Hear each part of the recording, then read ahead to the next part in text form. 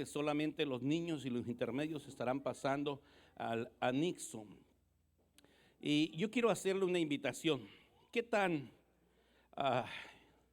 Mire, cuando Dios pone el sentir en nuestros corazones, de verdad, yo había planeado tantas cosas y hasta el día de ayer no estaba en mi mente estar a las 2 de la tarde predicando con ustedes, pero sí estar en la iglesia. No piense que no iba a estar, nunca. Hace días estábamos planeando las próximas vacaciones de familia, porque en todos los planes que usted haga en el año, escoja mínimo una semana y si puede dos, para dedicarlas totalmente a su familia. Dígame, me quedo más pobre, no le va a pasar nada. El día que se quedó sin trabajo, Dios no lo dejó.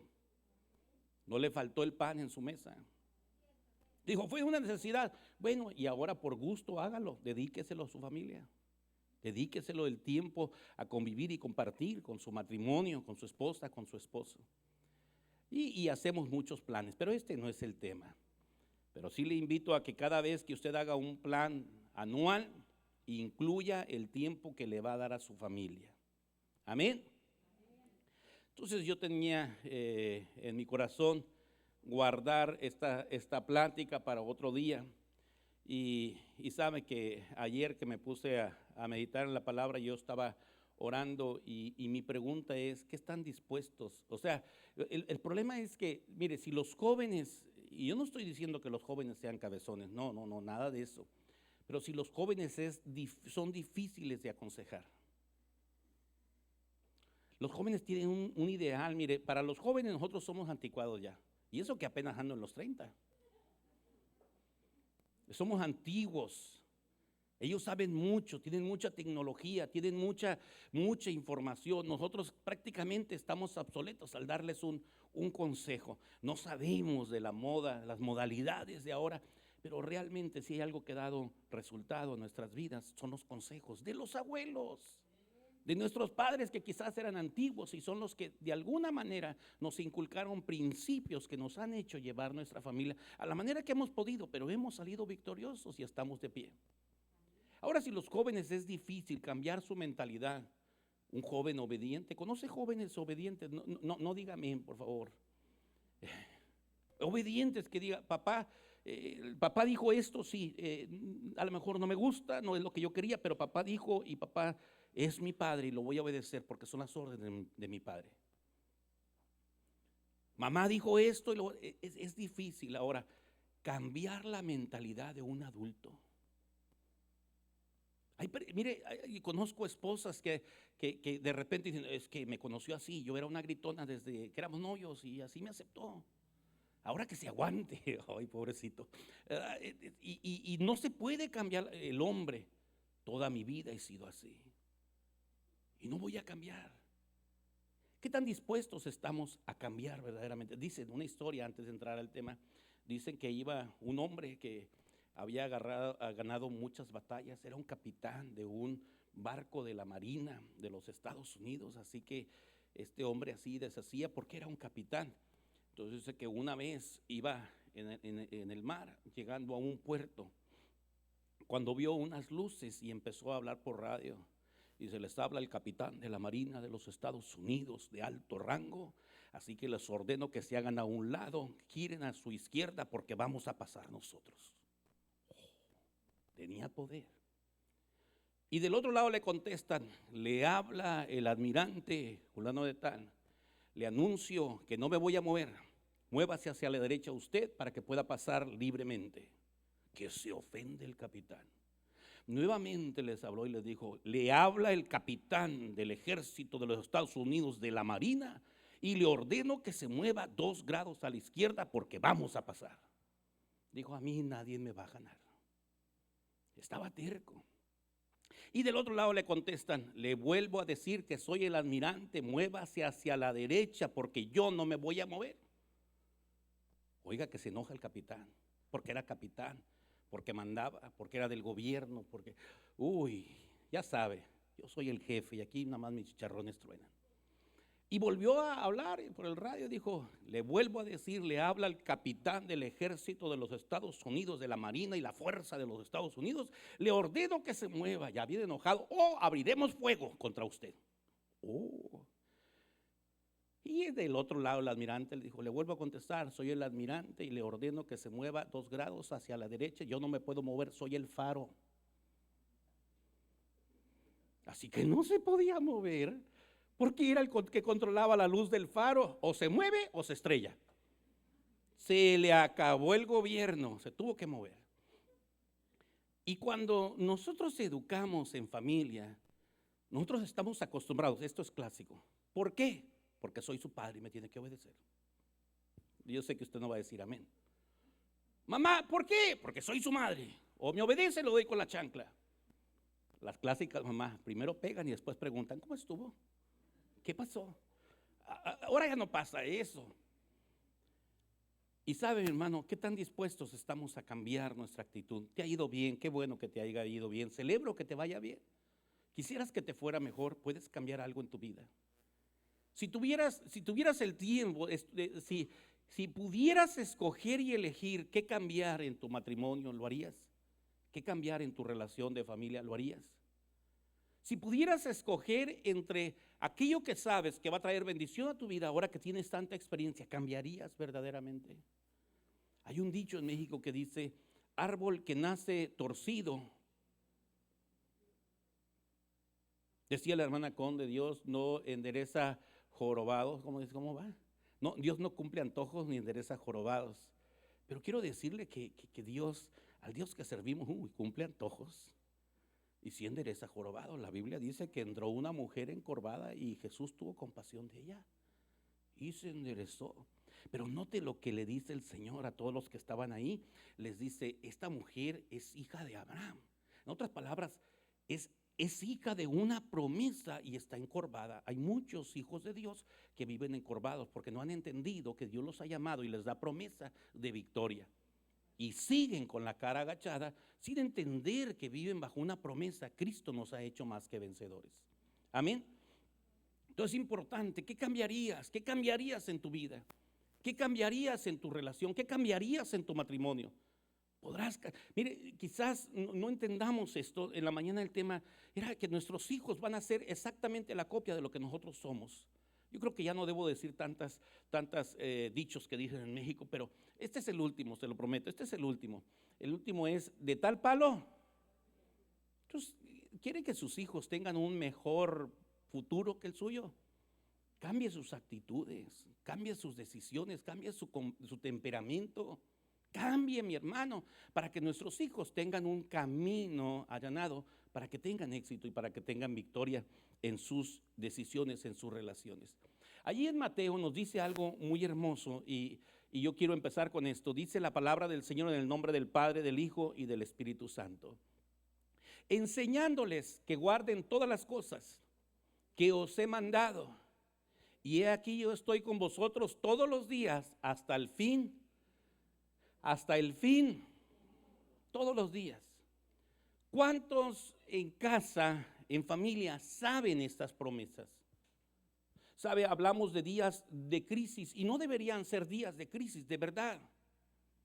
Hay una ilustración que dice que el diablo se está burlando porque está diciendo, sabes, con esta pandemia te cerré todas las iglesias, le platica Jesús, te cerré todas las iglesias. Y Jesús le contesta, ¿cerraste iglesias? Yo abrí una en cada casa. Se multiplicaron las iglesias. Y yo sé que su hogar puede ser una iglesia. De hecho, su primera iglesia es su casa. Ahí está su prójimo más cercano. ¿A quién debemos instruir? ¿A quién debemos enseñarle del amor de Dios? ¿Quiere ser un buen predicador? Empiece predicando en su casa.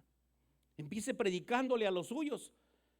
Y dice un buen predicador, dice, ¿sabes? Te invito a predicar todos los días, que enseñes todos los días, que les instruyas todos los días. Solamente te encargo, solamente al ser muy necesario, entonces habla. O sea que enseñamos más con el ejemplo que con las palabras que nosotros damos. Y el primer consejo de Jesús nos dice, yo quiero que ustedes les enseñen estas cosas. ¿Qué ha pasado en la pandemia? ¿Cuántos servicios hizo en su hogar? ¿Cuántas reuniones familiares hizo en su casa?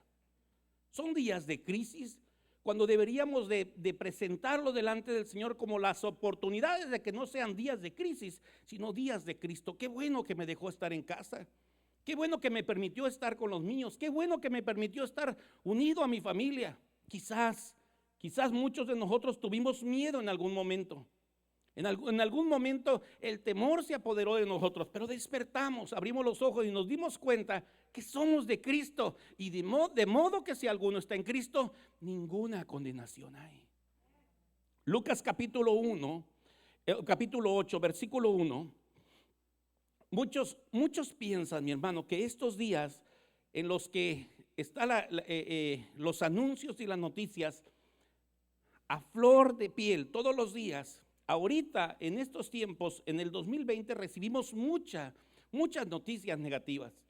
Y hoy, al parecer, hay muchas noticias negativas. Y agréguele a esto las tormentas invernales que en muchos años no habían pasado en el norte. Hace unos días descubrieron unos carros entre la nieve, 8 o 10 carros, con familias dentro de los carros que se quedaron varados y murieron las personas congeladas. ¿Supo esa noticia? Congelados. Dentro de los carros se apagaron y murieron. Noticias negativas, noticias de miedo. Son días difíciles. ¿Qué hacemos en estos días? Lucas capítulo 8, versículo 1, dice la palabra del Señor, 8:1. Aconteció después que Jesús iba por todas las ciudades y aldeas, predicando y anunciando el evangelio del reino de Dios, y los 12 iban con él. Ahora quiero decirle, días de crisis, o podemos presentarlos a nuestra familia como días de oportunidad para enseñarles. Jesús dijo, enséñenles todas estas cosas. ¿Qué hacía Jesús? Predicaba. Estaba de aldea en aldea. Me encantó. Yo no sabía mucho de tecnología, de verdad.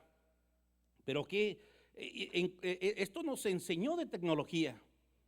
Los maestros de la iglesia, algunos, la mayoría, dieron sus clases por medio de Zoom, ¿verdad? ¿Sí te acuerdas? Los jóvenes reunidos y que se sienten en la mesa. Edgardo le tocó estar dando un mensaje por medio de internet. No esperábamos que esto sucediera, pero está bien. Eso es la iglesia procurando enseñar e instruir, como es nuestro trabajo delante del Señor. Mi pregunta es, ¿cuánto hizo usted en medio de esta crisis por enseñar la orden que Jesús les había dado? Yo voy a estar con ustedes, pero ustedes procuren enseñarles todas estas cosas. Yo voy a estar con ustedes todos los días. Hay crisis, sí, pero yo voy a estar con ustedes todos los días. Se oyen noticias de enfermedad, sí, pero yo voy a estar con ustedes todos los días. Se oyen de muerte, sí, pero yo voy a estar con ustedes todos los días. Pero enséñenles a los que están en casa todas estas cosas. Y dice que Jesús iba predicando de aldea en aldea. Y dice que Jesús iba enseñando de casa en casa. Mi hermano, quizás nos faltó, y yo no estoy diciendo que vengan esos tiempos de encierro, pero lo que le estoy diciendo es cuánto hicimos en esos tiempos de encierro, cuánto afirmamos el caminar en Cristo de nuestros hijos, de nuestra familia, cuánto conocimos más del Señor. Filipenses capítulo 1, versículo 12. Quiero avanzar rápido porque tengo una conclusión que me llenó abundantemente el corazón y yo quiero llevarlo a esa conclusión. Filipenses capítulo 1, versículo 12. Miren lo que dice la palabra del Señor. Quiero que sepáis, hermanos, que las cosas que me han sucedido han redundado más bien para progreso del evangelio. ¿Sabe que si nosotros empezamos a verlo con los ojos de la fe y empezamos a practicar lo que dice la palabra, esta crisis debió habernos ayudado para reabundar las cosas que hemos aprendido del Señor? Tuviste tiempo, papá, para afirmarte, tuviste tiempo para orar, tuviste tiempo para platicar con los tuyos, para intimar con tu familia. Uno pensaría que los hijos no guardan secretos con uno, que los hijos... Yo aprendí a conocer, mire, Ruth apenas tiene 11 años, aunque parece, todos dicen, tiene 14, 15, no, tiene 11, hermanos, tiene 11, está chiquitita mi hija, no, está grandotota de tamaño, pero está chiquitita, es una niña. Y tan niña, que platicamos con ella cosas que yo no sabía. hablamos de su corazón. Y es una niña, y quizás no me hubiera dado el tiempo porque tenemos que trabajar, el sustento, la iglesia, las actividades, los compromisos, y no nos hubiéramos dado. El punto, mi hermano, es cuánto hiciste, cuánto aprovechaste este tiempo. ¿Lo hiciste un día de Cristo o un día de crisis? Te enfocaste en la crisis, te enfocaste en las noticias, te enfocaste en las estadísticas, te enfocaste en el miedo, te enfocaste en la enfermedad, te enfocaste en los que fallecieron. ¿En qué te enfocaste? Pero en lo último que te enfocaste fue en aprender a servir a Cristo desde tu casa. Así que el apóstol Pablo dice, mire, quiero que ustedes vean esto, que todas las desgracias que me han pasado, en vez de evitar que el evangelio crezca, han reabundado para que el evangelio se dé a conocer. He sido reforzado con estas pruebas. Y dice, quiero que sepáis, hermanos, que las cosas que me han sucedido han redundado más bien para el progreso del evangelio. Y escúcheme, el primer ministerio está en casa. Y yo sigo afirmando, y quizás un día un pastor me diga que estoy equivocado y voy a aceptar un consejo, pero yo pienso que si no hay ministerio correcto en tu casa, si no eres el esposo que Dios espera que seas, si no eres el padre que Dios espera que seas, si no eres la madre que Dios espera que seas, o no eres la esposa que Dios espera que seas, no tienes un ministerio agradable a Dios. No hay ministerio correcto cuando tu casa está en ruinas. Josué dijo, mi casa y yo. Así que es primero nuestra casa, nuestro ministerio familiar y nuestros hijos. La crisis te ayudó para que el evangelio se propagara dentro de tu casa, para que el amor de unos por otros, la paciencia de unos por otros se manifestara en tu hogar. Sigue diciendo, versículo 13, Filipenses capítulo 1, versículo 13. De tal manera que mis prisiones se han hecho patentes en Cristo, en todo el pretorio y a todos los demás. Y el versículo siguiente, versículo 14, y la mayoría de los hermanos, cobrando ánimo en el Señor, con mis prisiones se atreven mucho más a hablar sin temor. Ahora me encanta, hermano, y no pare, no voy a decir nombres, pero no pare. Oye, les pongo un like, a veces, mi hermano, esas personitas que nunca habían hablado y salen. No las que salen maquillándose ahí, no. Y el peinado, no. Aquellas que se atreven, hombres y mujeres, a decir un versículo, a hablar una promesa en el Facebook, en el YouTube, en cualquiera, en el TikTok, en vez de hacer tantas cosas, todo se propaga, hermano, menos el evangelio a través de los medios. Y surgieron personas que nunca me hubiera imaginado que iban a estar a través de las redes. No pares. Lo pequeño, lo poquito que tú estás haciendo, a alguien le va a ayudar. Alguien se va a sorprender porque nunca esperaron que tú hicieras una grabación hablando del Rey de Reyes y Señor de Señores. Y si alguien te preguntara que si no tienes vergüenza de ti, que si no te avergüenzas de la persona que tú eres, tú puedes contestarle, claro que sí, yo me avergüenzo de quién soy, de lo que yo soy, pero no me avergüenzo del Cristo que murió en la cruz del Calvario por mí, que me rescató, me salvó, me perdonó y me ha hecho una nueva criatura. No me puedo avergonzar de Él. Y es del que debemos hablar. Así que hablar la palabra sin temor. Estos días nos debieron de haber ayudado para anunciar salvación. Mateo capítulo 9, versículo 19, vaya conmigo ahí. Días de crisis, no, son días de salvación. ¿Sabe, mi hermano, cuántas personas han muerto sin Cristo?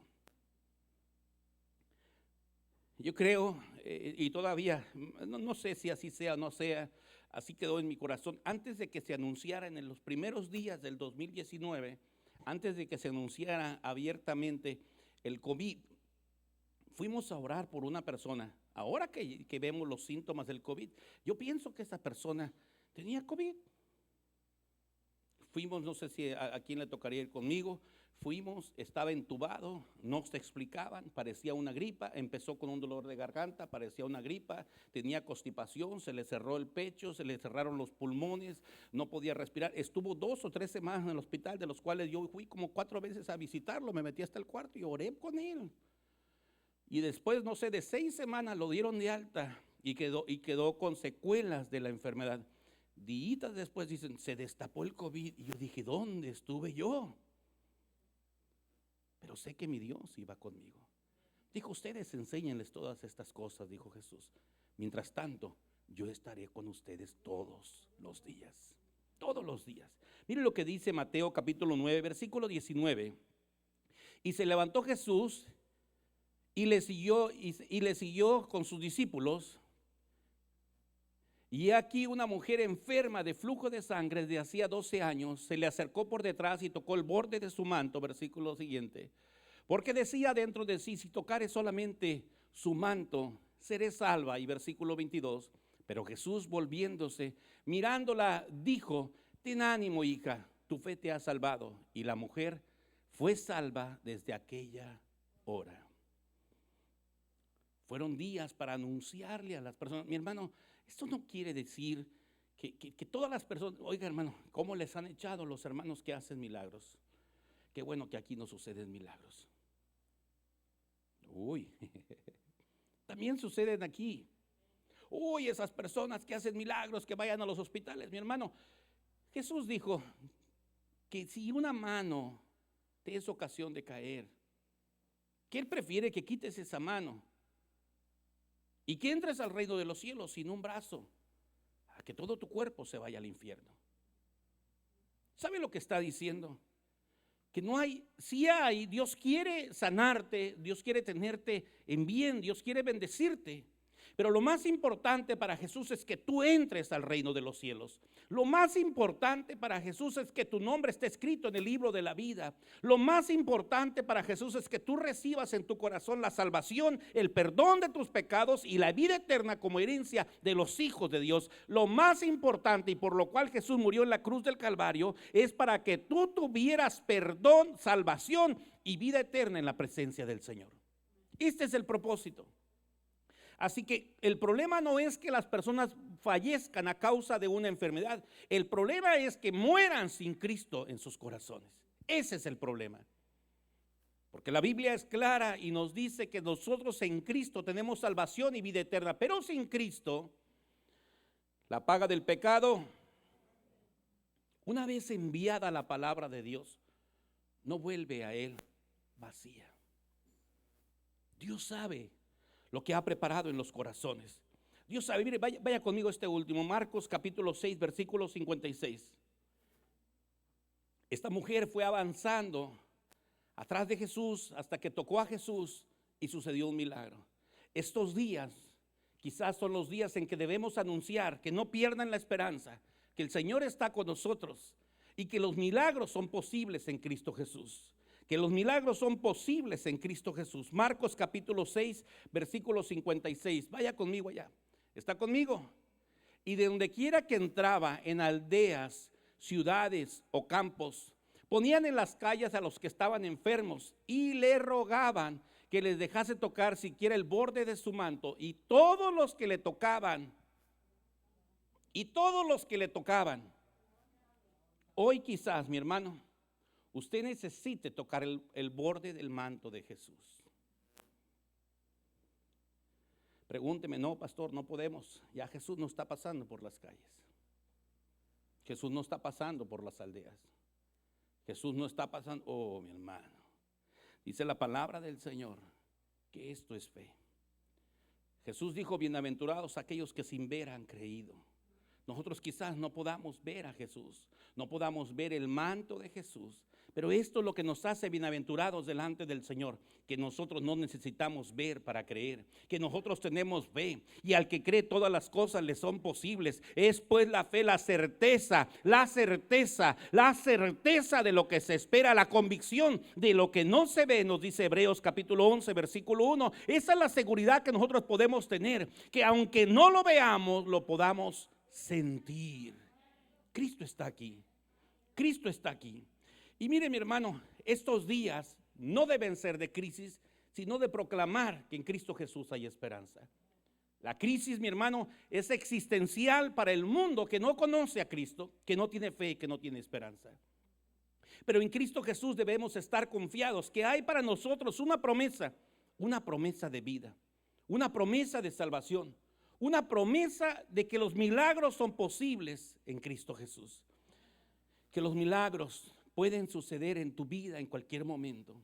Que no se necesita de la mano del hombre donde Dios pone su mano. Que no se necesita, mi hermano, me encanta. Yo sé que hemos visto tantas cosas, pero me encanta de esas veces que el Señor visita su iglesia y que tú no necesitas que alguien te toque, tú no necesitas que alguien ore por ti, porque el Espíritu Santo está allí. Cuando Jesús dice, yo voy a estar con ustedes todos los días, mi hermano, usted no lo puede ver, pero el Señor está en este lugar, el Señor está junto a ti, el Señor habla a tu corazón, el Señor puede sanarte, el Señor puede hablar a tu vida a través del Espíritu Santo, porque si Él prometió, Él no es hombre para que mienta. Dios está en este lugar y puede hacer el milagro que tú necesitas. Esa es la promesa de nuestro Dios.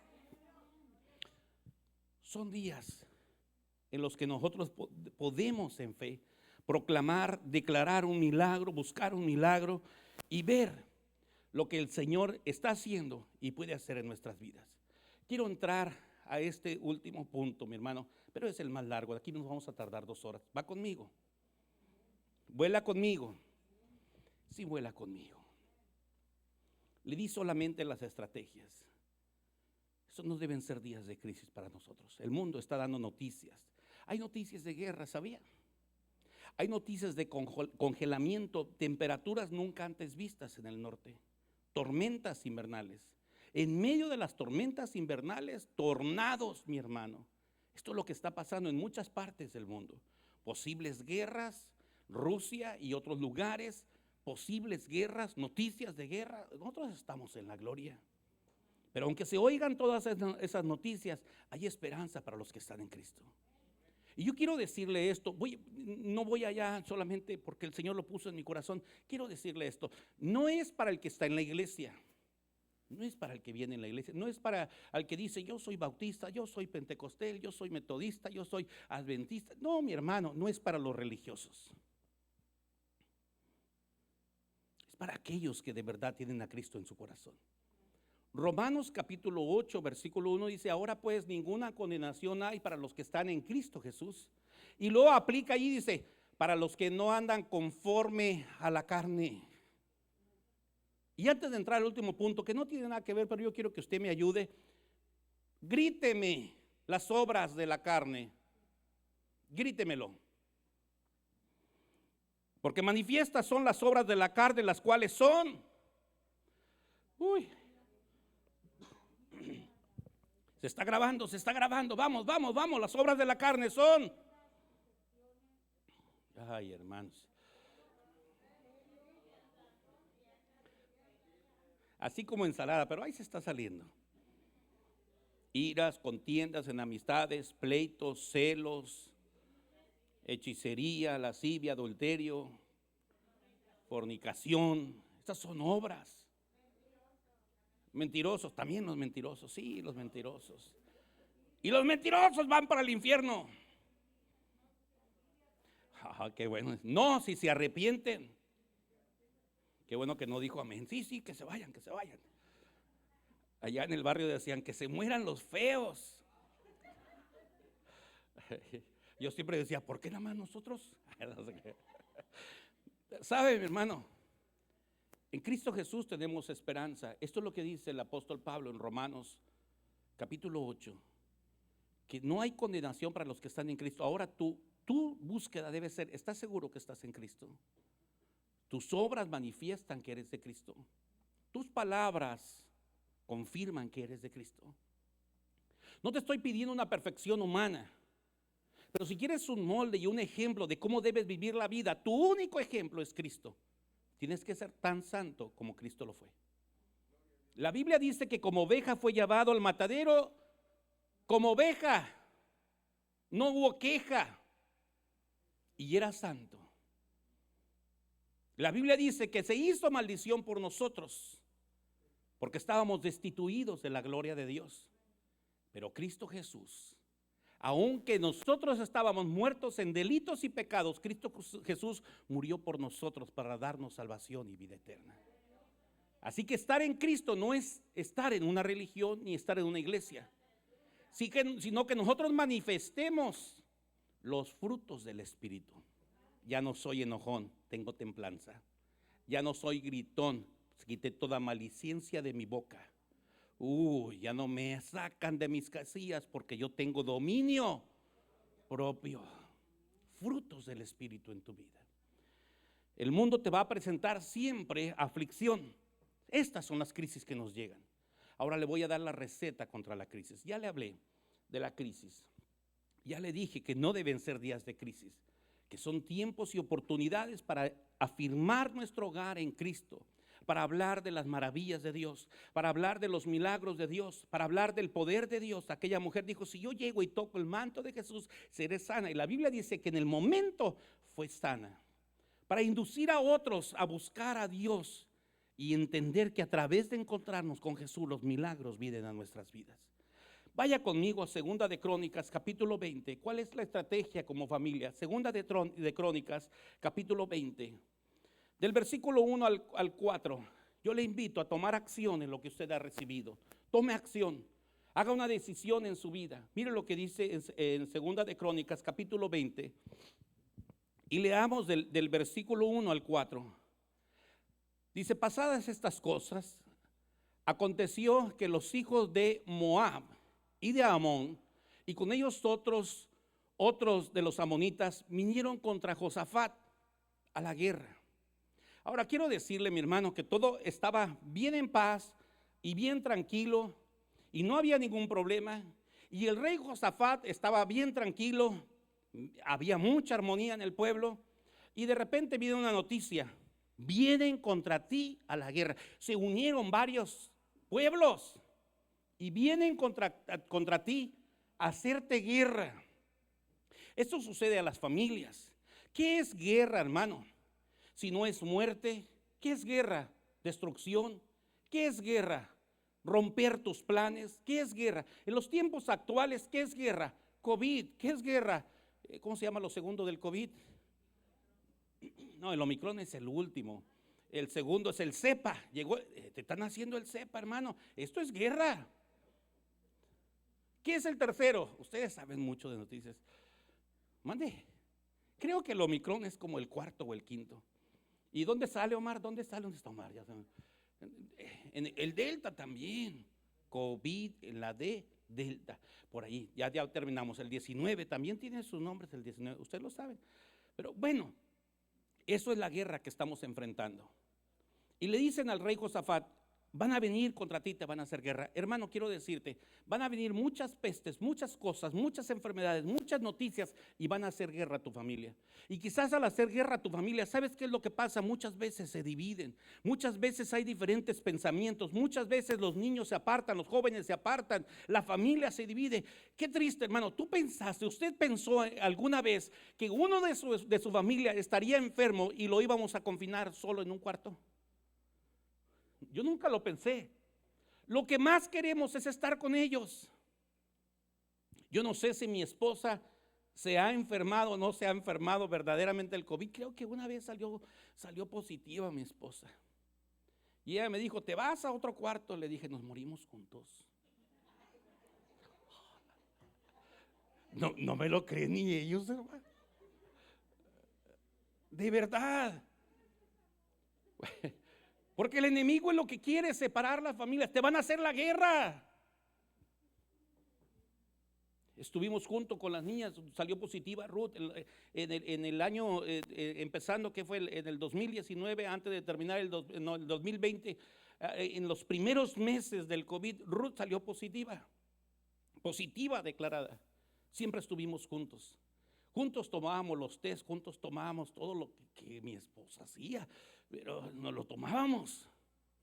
Tú no estás enfermo, yo estoy con ustedes, en las buenas y en las malas, y todos juntos. Porque entendemos que esto es lo que viene a hacer el enemigo, a dividirnos, a dividir las fuerzas. Dios tiene cuidado de nosotros. Y yo no le voy a decir que yo no le puedo dar el consejo, haga lo mismo. Lo que yo le estoy diciendo es que no permitamos que el enemigo nos haga la guerra y como familia nos dividamos. Hagámonos fuertes en el nombre del Señor. Yo no digo nombres, vuelvo a repetir, no digo nombres, pero a mí me admira esa persona que su esposa mala y el esposo haciéndole un caldito de camarones. Oh, come, mi amor, el caldito te va a caer muy bien. Y luego la esposa dice, no le echaste pescado. Diviértase en el momento de la guerra, confíe en que Dios está con nosotros.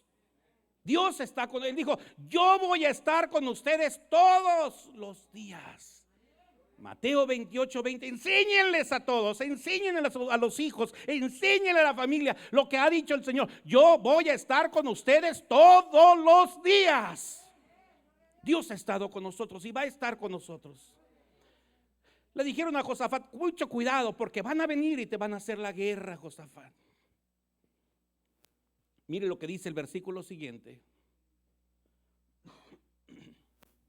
¿Está conmigo ahí?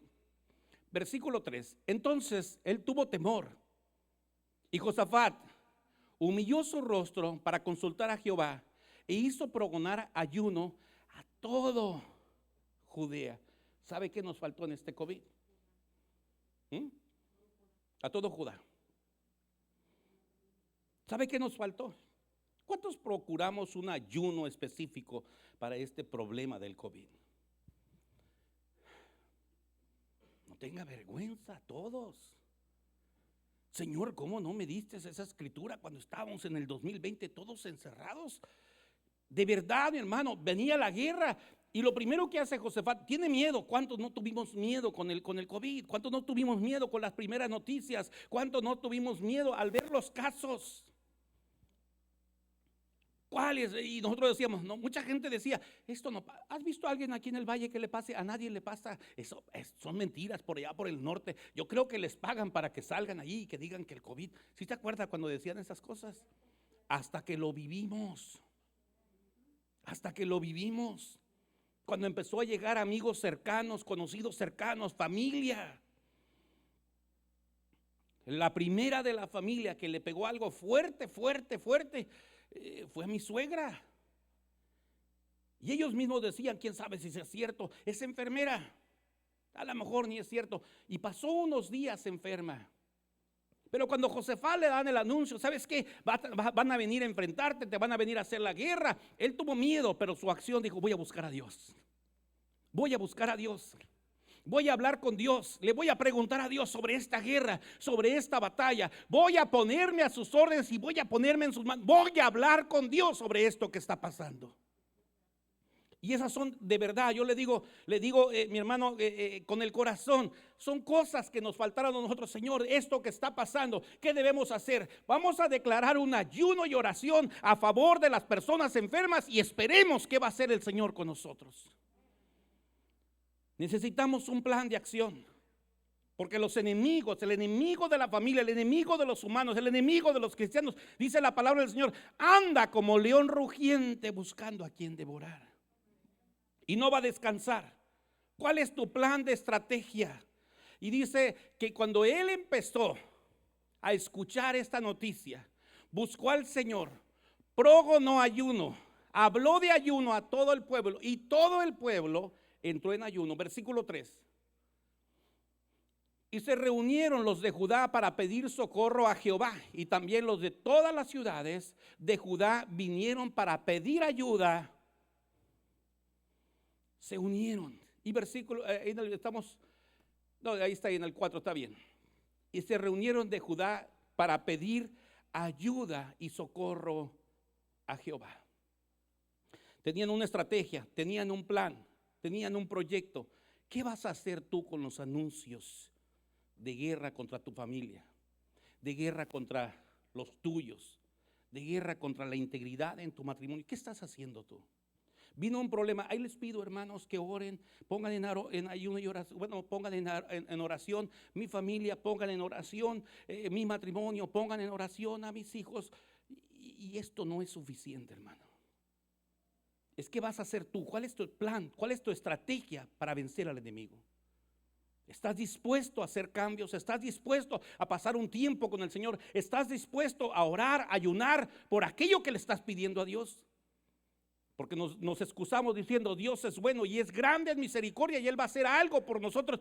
Pero ¿qué estamos haciendo nosotros? Yo creo que la estrategia bíblica está más que clara: ayuno y oración. ¿Y sabe cuáles son las primeras excusas? Y a lo mejor no son excusas, son verdades.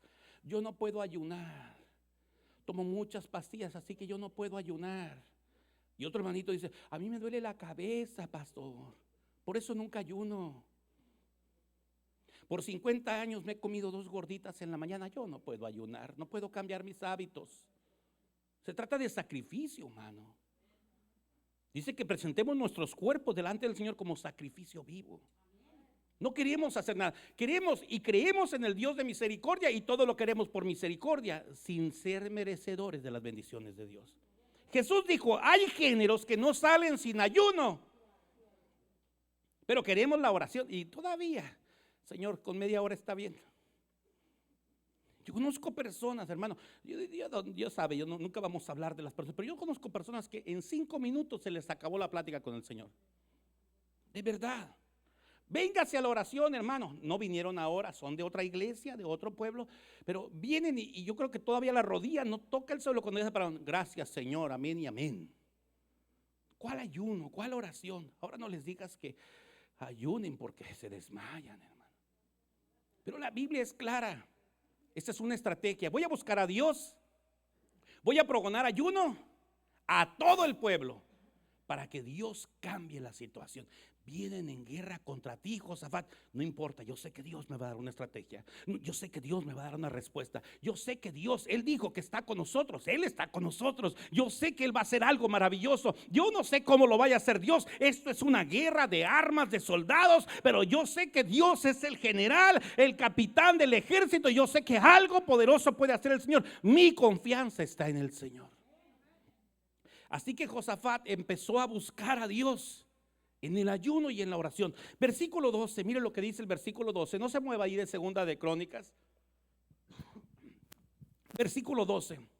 Oh Dios nuestro, ¿no los juzgarás tú?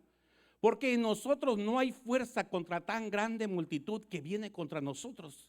No sabemos qué hacer y a ti volvemos nuestros rostros. Sabía que había días que el gobierno ni siquiera nuestros ojos, bien. Sabía que hubo días en que el gobierno no sabía qué hacer. No tenía una salida para el problema. No tenía una respuesta, no tenía una vacuna, no tenía medicamento. De hecho, muchas de las noticias decían que el gobierno ni siquiera sabía, las instancias médicas no sabían ni a qué se estaban enfrentando. No sabían qué producía el COVID, cómo se contagiaba el COVID o qué era el virus del COVID. No tenían respuesta, solamente hacían lo que ellos creían prudente hacer: oxigenar a una persona, entubar a una persona y esperar a ver cuál era el resultado, porque ni siquiera sabían cuáles medicamentos funcionaban, ni siquiera sabían cuáles les hacían bien o cuáles les hacían mal a la señora. ¿Sí recuerda esas noticias? No sabían.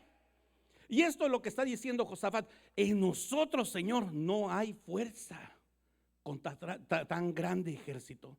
En otras palabras, ¿cuál es tu estrategia? Quizás tú no tienes las fuerzas, tú no tienes la capacidad, tú no tienes el conocimiento, y es válido, mi hermano, pero cuando tú vienes delante del Señor y te muestras en tu debilidad y le dices: Señor, yo no sé, yo no puedo, no sé cómo hacerlo, no sé cómo pelear esta batalla, no sé cómo salvar mi matrimonio, no sé cómo ayudar a mis hijos, pero sé que tú sí puedes, Señor. Tú conoces a mis hijos, tú conoces a mi esposo, tú conoces a mi esposa, tú les diste vida. Sé que tú sí puedes, Señor, y por eso ponemos nuestros ojos delante de ti. Y es válido aceptar, mi hermano, que no podemos solucionar muchas cosas en nuestras vidas. Josafat, vienen contra ti y te están haciendo la guerra. Y lo que hace Josafat, va delante del Señor. Parece algo débil, parece una cobardía, parece un miedo colectivo en todo el pueblo. Se ponen en ayuno, se ponen en oración. Si a usted le dijeran: hermano, sabe que allá afuera hay 2 hombres esperándolo para golpearlo. Dijo un hermanito que estaba aquí: que vengan, traigo con qué quererlos. Ya no está, gracias a Dios. No, gracias a Dios no, debe volver a los pies de Cristo. Dijo que vengan. Y Josafat le dijeron: ahí te van a buscar. Varios pueblos se juntaron para acabar contra ti. Ahí van a buscar a tu familia. Varias enfermedades, cepas, COVID y tantas otras cosas se han amontonado para acabar con los tuyos. ¿Qué vas a hacer? ¿Qué vas a hacer? ¿Qué vas a hacer? Josafat dijo, yo no sé, ni tengo fuerza, ni tengo la capacidad para vencer. Por lo tanto, Señor, yo puse mis ojos en ti. Yo puse mis ojos en ti. Y sabes, eso es lo que espera el Señor de nosotros como su pueblo. No que tú luches con tu propia inteligencia, conocimiento, con tus fuerzas, sino que digas, Señor, tú eres mi esperanza, tú eres mi refugio, tú eres mi escondedero, Señor, tú eres mi pronto auxilio, tú eres mi pastor, Señor. Como oveja cuidarás de mí, Señor. Tú me vas a guiar por pastos, Señor, pastos abundantes, porque es tu promesa. Señor, voy a morar en tu casa por largos días, pero ciertamente el bien y la misericordia de Jehová me seguirán todos los días. Wow. ¿Cuál es tu estrategia? Vaya conmigo al versículo 13 nuevamente. Segunda de Crónicas, capítulo 20, versículo 13. Y todo Judá estaba en pie delante de Jehová, con sus niños y sus mujeres y sus hijos. ¿Es crisis o es oportunidad para Cristo en tu casa? Dice, estaban todos delante del Señor, no solamente el pueblo, estaban los padres, estaban los hijos, y todos se presentaban delante del Señor. ¿Cuál es tu estrategia? ¿Sabes dónde empieza tu victoria? En tu casa. No esperes que la iglesia te eduque a tus hijos. La iglesia les va a dar instrucción espiritual, educación moral, solamente en tu casa. Obediencia se aprende en casa. Respeto y valores se aprenden en casa.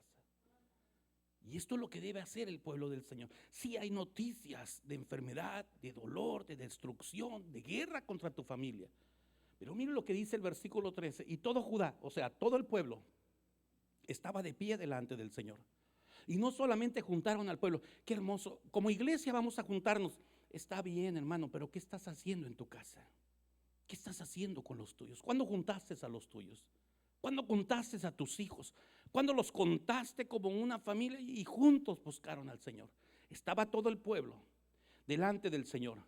Estaban sus niños, estaban todas las mujeres y estaban todos los hijos, todos juntos. Esta es la estrategia para ponernos en las manos del Señor y pelear la batalla en el nombre de Jehová de los ejércitos. Pelear la batalla. Cerramos con esto. Escuche con mucha atención los últimos versículos. Esto es para la familia. Versículo 14 y 15. Vamos ahí.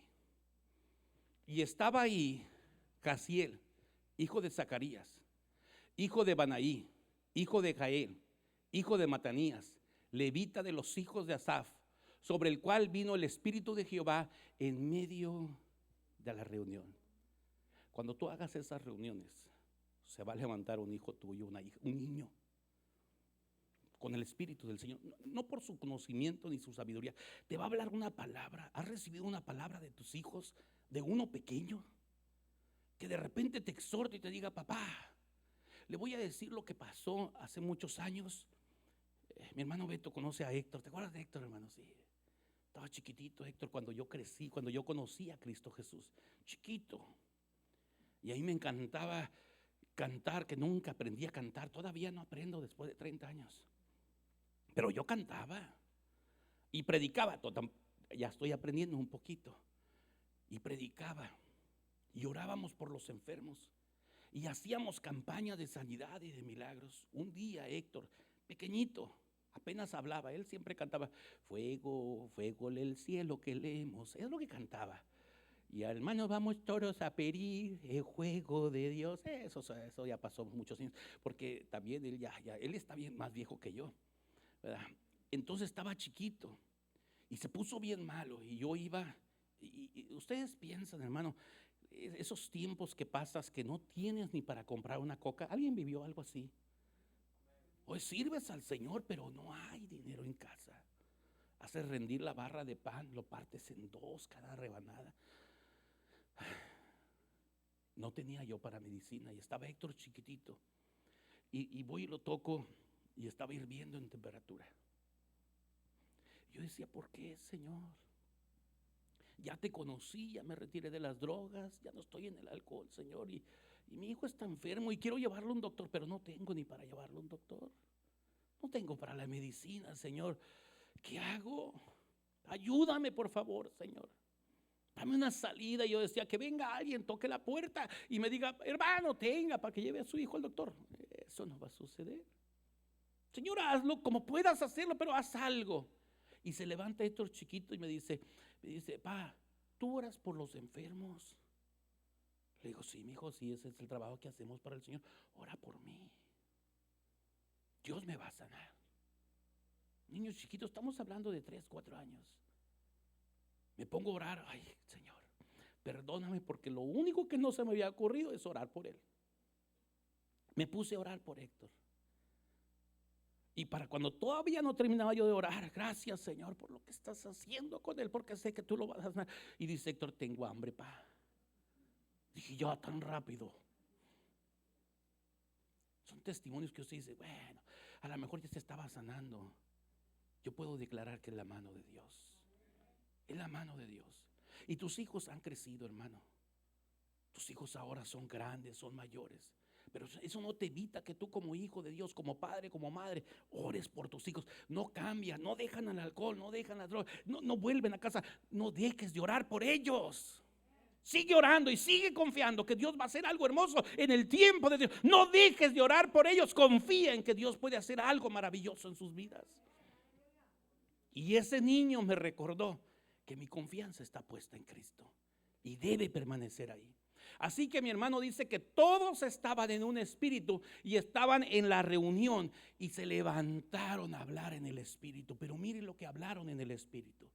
Terminamos con esto, ya dije mucho, terminamos. Versículo 15. Mire el versículo 15, dice, mira. Y dijo, id, Judá, y todos vosotros moradores de Jerusalén, y tu rey Josafat. Jehová os dice así, no temáis, no os amedrentéis delante de esta multitud tan grande, porque no es nuestra guerra, sino de Dios. Estás peleando en balde, hermano. Tu llamado es ponte a orar. Tu llamado es dobla tus rodillas. Tu llamado es enseña a tu familia, enséñale a tus hijos que confiamos en un Dios vivo, en un Dios de poder, en un Dios de misericordia, en un Dios que te ama, en un Dios que no escatimó a su propio hijo a enviarlo a este mundo para salvarte, para darte perdón, para limpiarte, para hacerte una nueva criatura. No es tu guerra. Entrégale tus cargas a Dios, entrégale tus necesidades a Dios, entrégale tu dolor a Dios, entrégale todo lo que te perturba, entrégaselo al Señor. Encárgate de decirles a los tuyos en el cual Dios, nosotros hemos creído en un Dios que está vivo, en un Dios que está sentado a la diestra del Padre Jesucristo, intercediendo por cada uno de nosotros. Enséñales todas estas cosas, porque Él está con nosotros todos los días. Hace estrategia de guerra, pero recuerda que Él es quien peleará por nosotros esta batalla. No es tu guerra, es la guerra de Dios. El diablo quiere destruirnos, pero el Señor está con nosotros. Y si Él está con nosotros, ¿quién contra nosotros? Ponte de pie, mi hermano. Protege tu familia.